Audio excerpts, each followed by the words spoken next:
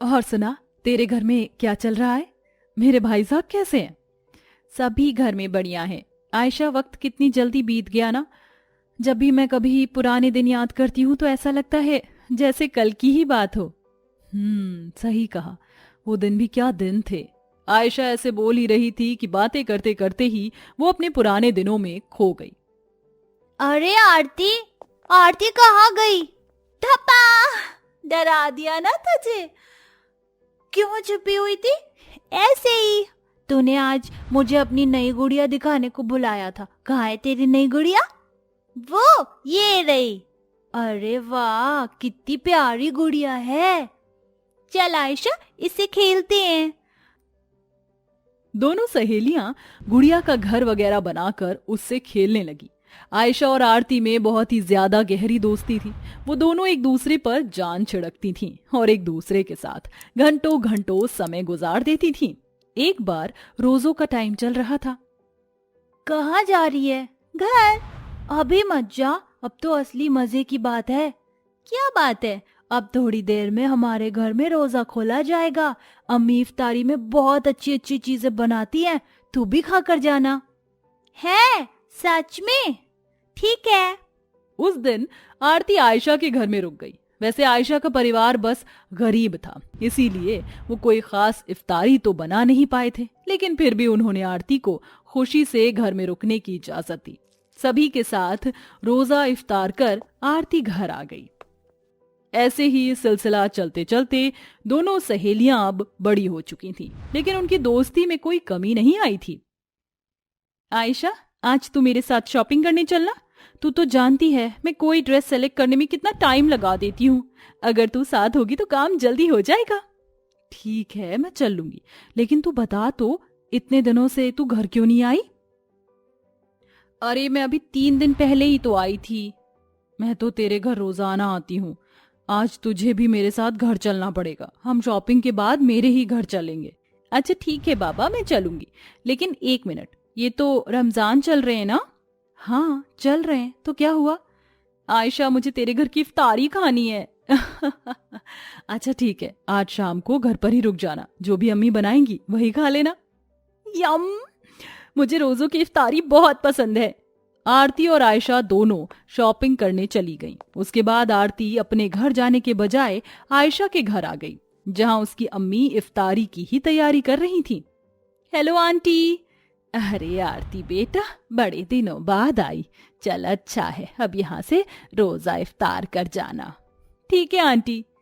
देख बेटा, हम ज्यादा अमीर तो नहीं हैं, आज इफ्तारी में बस तरबूज और ये शिकंजी है। कोई नहीं आंटी, मुझे तो आपके हाथों की चटनी भी बहुत अच्छी लगती है। आरती बिल्कुल आयशा की अम्मी की बेटी की तरह थी। दोनों सहेलियां ऐसे ही घुल मिलकर टाइम काट रही थी। ऐसे ही एक दिन, आयशा कहाँ जा रही है?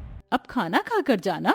अरे नहीं नहीं आंटी जी, मैं घर जा रही हूँ। अरे आरती को तो तू कितनी बार अपने घर रुका चुकी है, आज हमारे घर भी रुक जा। माई बहुत शर्मीली है, लेकिन आयशा अगर आज तू मेरे घर नहीं रुकी ना तो हम दोनों की दोस्ती खत्म।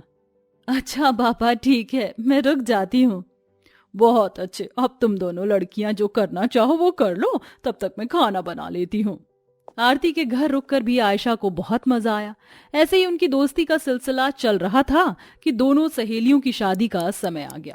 आरती की शादी तो उसी के जैसे अमीर हिंदू घराने में हुई, लेकिन आयशा को उसके मायके से भी गरीब ससुराल मिला और ससुराल में आयशा के हंसते खेलते दिन ही उलट गए। अब्दुल जी, अब और ऐसे कितने दिन तक बस पानी पर ही रहना पड़ेगा? हमारे घर का ये फाका कब खत्म होगा? अब मैं तुम्हें क्या बताऊं। चलो, मैं आज कहीं ना कहीं से तो पैसों का इंतजाम करूंगा ही। अब्दुल ऐसे बोलकर चला गया। आयशा की ससुराल में ये एक आम सी बात थी। उसके घर में अगर 4 दिन खुशियां आती थीं तो महीने भर का गम आना लाजमी था। ऐसे ही चलते हुए आयशा के अपनी ससुराल में अब पहले रमजान लग चुके थे। अम्मी जान, सहरी कर लीजिए। ये लीजिए अब्दुल जी। पता नहीं मैं कब तुम्हें अच्छे दिन दिखा पाऊंगा। मेरे घर में तो सहरी के लिए भी कुछ भी नहीं है। आयशा, ये एक रोटी जो है इसे तुम और माँ खा लो, मैं पानी पर ही रोजा रख लूंगा। कैसी बातें कर रहे हैं आप? अगर सहरी नहीं खाएंगे तो कल रोजा रखने की ताकत कैसे आएगी? मैं तुम्हें कुछ और अच्छा तो खिला नहीं पा रहा हूं, कम से कम तुम ये रोटी तो मुझसे मत बांटो। बेकार की बातें मत कर, यहाँ बैठ और चाहे 2 निवाले ही क्यों ना खाए जाएं, लेकिन खा, वरना हम भी सहरी नहीं करेंगे। क्या अम्मी? पूरे परिवार ने एक रोटी में से ही बांटकर सहरी की। ऐसे ही इफ्तारी के वक्त भी उनके पास सिवाय पानी के कुछ भी नहीं था। हेलो, कहाँ गुम है? हेलो, कुछ नहीं, वो पुराने दिन याद आ गए थे। तुझे याद है हम दोनों कैसे मेरे मायके में रोजा इफ्तारते थे? वो दिन मैं कैसे भूल सकती हूँ। वैसे तेरे मायके में तो तुझे कभी अच्छी इफ्तारी नहीं मिली, लेकिन ससुराल के क्या हाल चाल है? वहां तेरे रोजे कैसे गुजर रहे हैं? हेलो? आरती के सवाल का आयशा से अचानक कोई जवाब नहीं बन पाया। उसके घर में रोजों में भी तंगी ही चल रही थी। वो फोन पर एकदम खामोश हो गई और कुछ देर बाद बोली, मेरी ससुराल में भी सब कुछ ठीक ही है। अल्लाह बस 2 वक्त की रोटी दिलवा रहा है, उसी में शुक्र है। अच्छा, चल आरती, अब इफ्तार का वक्त हो रहा है, मैं तुझसे बाद में बात करूंगी, है ना? सुन तो। अरे, फोन काट दिया। अम्मी, आज इफ्तार के लिए क्या इंतजाम है? क्या होगा, कल की बासी 2 रोटियां हैं तो सही, चटनी पीस ले, उसी से खा लेंगे। जी अम्मी। आयशा चटनी पीसने बैठ गई। कुछ देर बाद ही मगरिब का वक्त हो गया और पूरा परिवार रोटी चटनी के सामने ही हाथ उठाकर बैठ गया। अभी वो सभी दुआ ही मांग रहे थे कि तभी, इस वक्त कौन है? देख ले बहू, हो सकता है कोई इफ्तारी देने आया हो। आयशा ने जाकर दरवाजा खोला। दरवाजे पर उसकी सहेली लाल रंग की साड़ी पहने हाथ में बहुत सारा सामान लिए खड़ी हुई थी। आरती, अरे पगली, अंदर नहीं बुलाएगी? ये सामान पकड़, मेरे हाथ दुख रहे हैं। हाँ हाँ, अंदर आ। आयशा ने आरती को अंदर बुलाया। आयशा बहुत सारे फल और जंक फूड वगैरह लाई थी। अस्सलाम वालेकुम। वालेकुम अस्सलाम। अम्मी, ये मेरी सहेली है आरती। अच्छा, आजा बेटा, बैठ जा। हाँ माँ जी, बैठूंगी, लेकिन पहले आयशा के साथ जरा इफ्तारी बनवा दूं। जी सुनिए केशव जी, आप भी अंदर आ जाइए।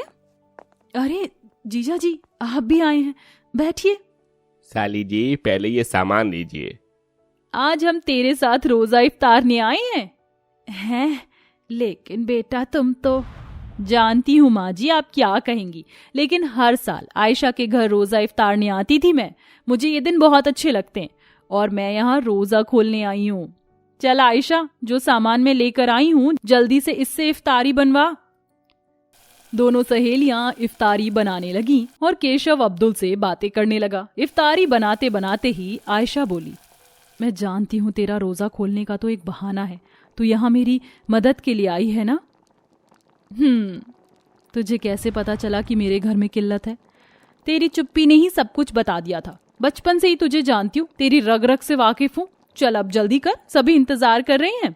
दोनों ने जल्दी जल्दी से मिलकर इफ्तारी बनाई। रोजों के दिनों में 2 अलग मजहब के लोग इफ्तार की तैयारी कर रहे थे। ये मंजर बहुत ही खूबसूरत था। आयशा भी अपनी सहेली के आने से बहुत खुश थी। इफ्तारी बनाकर उन सभी ने एक ही दस्तरखान पर रोजा खोला और अल्लाह का शुक्रिया अदा किया। आरती, आज तो बचपन की यादें ताजा हो गई, दोबारा जरूर आना।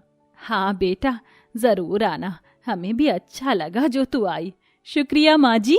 अब्दुल भाई, तुम्हारा दिमाग बड़ा तेज है, तुमसे बातें करके पता चला।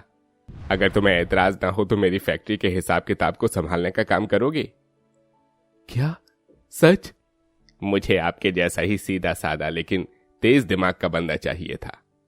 आपका एहसान होगा। पागल है, एहसान होगा? आगे से ऐसा कुछ मत बोलना। अच्छा चल, अब मैं जा रही हूँ, दोबारा जरूर आना। दोनों सहेलियों ने एक दूसरे को अलविदा कहा और आरती अपने घर आ गई। अगले ही दिन से अब्दुल ने केशव की फैक्ट्री में काम करना शुरू किया। केशव ने घर चलाने को उसे कुछ पैसे एडवांस दे दिए थे। अब अब्दुल के दिन बदल चुके थे और अब दोनों सहेलियां खुशी खुशी रहती थीं।